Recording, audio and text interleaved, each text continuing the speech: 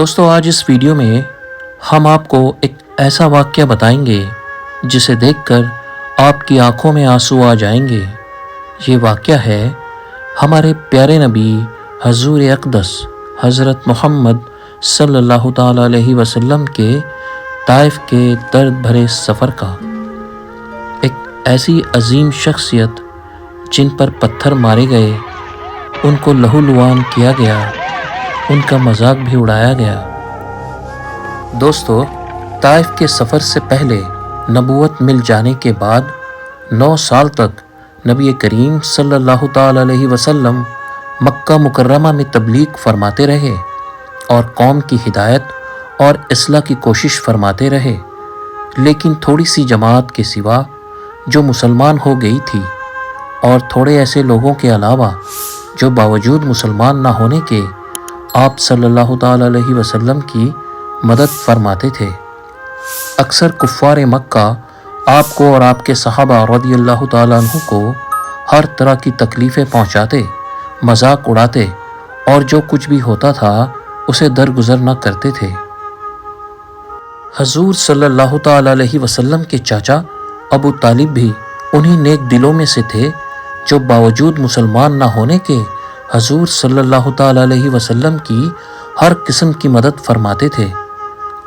10ویں سال میں جب ابو طالب کا بھی انتقال ہو گیا تو کافروں کا حوصلہ بڑھ گیا اور ہر طرح کھلے عام اسلام کو روکنے اور مسلمانوں کو تکلیف پہنچانے کا موقع مل گیا۔ حضور صلی اللہ تعالیٰ علیہ وسلم اس خیال سے طائف تشریف لے گئے کہ وہاں قبیلہ ثقیف کی بڑی جماعت ہے، اگر وہ قبیلہ مسلمان ہو جائے تو مسلمانوں کو ان تکلیفوں سے نجات ملے اور دین کو پھیلنے کی بنیاد بڑھ جائے۔ وہاں پہنچ کر قبیلے کے 3 سردار جو بڑے درجے کے سمجھے جاتے تھے ان سے گفتگو فرمائی اور اللہ کے دین کی طرف بلایا اور اللہ کے رسول یعنی اپنی مدد کی طرف متوجہ کیا، مگر ان لوگوں نے بجائے اس کے کہ دین کی بات کو قبول کرتے یا کم سے کم عرب کی مشہور مہمان نوازی کے لحاظ سے ایک نئے آئے مسلمان مہمان کی خاطر مدارات کرنے سے صاف جواب دے دیا اور نہایت بے رخی اور بد اخلاقی سے پیش آئے۔ ان لوگوں نے یہ بھی گوارا نہیں کیا کہ آپ یہاں قیام فرما لیں۔ جن لوگوں کو سردار سمجھ کر یہ بات کی تھی کہ شریف لوگ ہوں گے اور مہذب گفتگو کریں گے، ان میں سے ایک شخص بولا کہ اوہو، آپ کو ہی اللہ نے نبی بنا کر بھیجا ہے۔ دوسرا بولا کہ اللہ کو تمہارے سوا کوئی اور نہیں ملتا تھا جس کو رسول بنا کر بھیجتے۔ تیسرے نے کہا میں تم سے بات کرنا ہی نہیں چاہتا۔ اس کے بعد ان لوگوں سے نا امید ہو کر حضور صلی اللہ تعالیٰ علیہ وسلم نے اور لوگوں سے بات کرنے کا ارادہ فرمایا، مگر کسی نے بھی قبول نہ کیا، بلکہ بجائے قبول کرنے کے حضور صلی اللہ تعالیٰ علیہ وسلم سے کہا کہ ہمارے شہر سے فوراً نکل جاؤ اور جہاں تمہاری چاہت ہو وہاں چلے جاؤ۔ حضور صلی اللہ تعالیٰ علیہ وسلم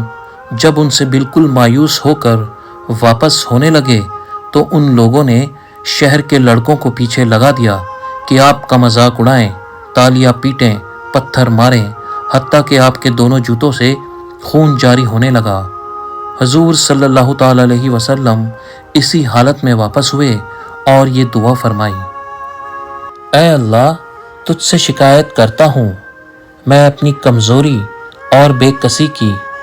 اور لوگوں میں ذلت کی رسوائی کی۔ یا الرحم الراحمین، تو ہی کمزوروں کا رب ہے اور تو ہی میرا پروردگار ہے۔ تو مجھے کس کے حوالے کرتا ہے؟ کسی اجنبی بیگانے کے جو مجھے دیکھ کر منہ بگاڑتا ہے اور منہ چڑھاتا ہے، یا کسی دشمن کے جس کو تو نے مجھ پر قابو کر دیا۔ اے اللہ،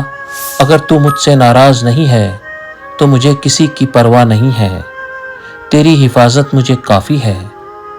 میں تیرے چہرے کے اس نور کے طفیل جس سے تمام اندھیریاں روشن ہو گئیں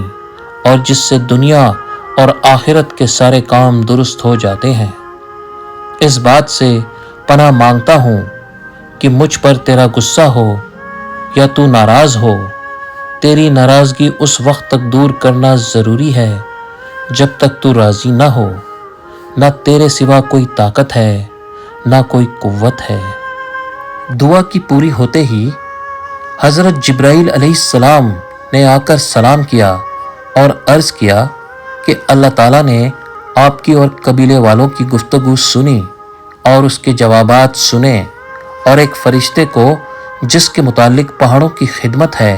آپ کے پاس بھیجا ہے کہ آپ جو چاہیں اس کو حکم دیں۔ اس کے بعد اس فرشتے نے سلام کیا اور عرض کیا کہ جو ارشاد ہو میں اس کی تعمیل کروں، اگر ارشاد ہو تو دونوں جانب کے پہاڑوں کو ملا دوں جس سے یہ سب درمیان میں کچل جائیں، یا جو سزا آپ تجویز فرمائیں۔ حضور صلی اللہ تعالیٰ علیہ وسلم کی رحیم و کریم ذات نے جواب دیا کہ میں اللہ سے اس کی امید رکھتا ہوں کہ یہ مسلمان نہیں ہوئے تو ان کی اولادوں میں سے ایسے لوگ پیدا فرما جو اللہ کی بندگی کریں اور اس کی عبادت کریں۔ نبی کریم صلی اللہ تعالیٰ علیہ وسلم اتنی سخت تکلیف اور مشقت اٹھانے کے باوجود نہ بد دعا فرماتے اور نہ کوئی بدلہ لیتے۔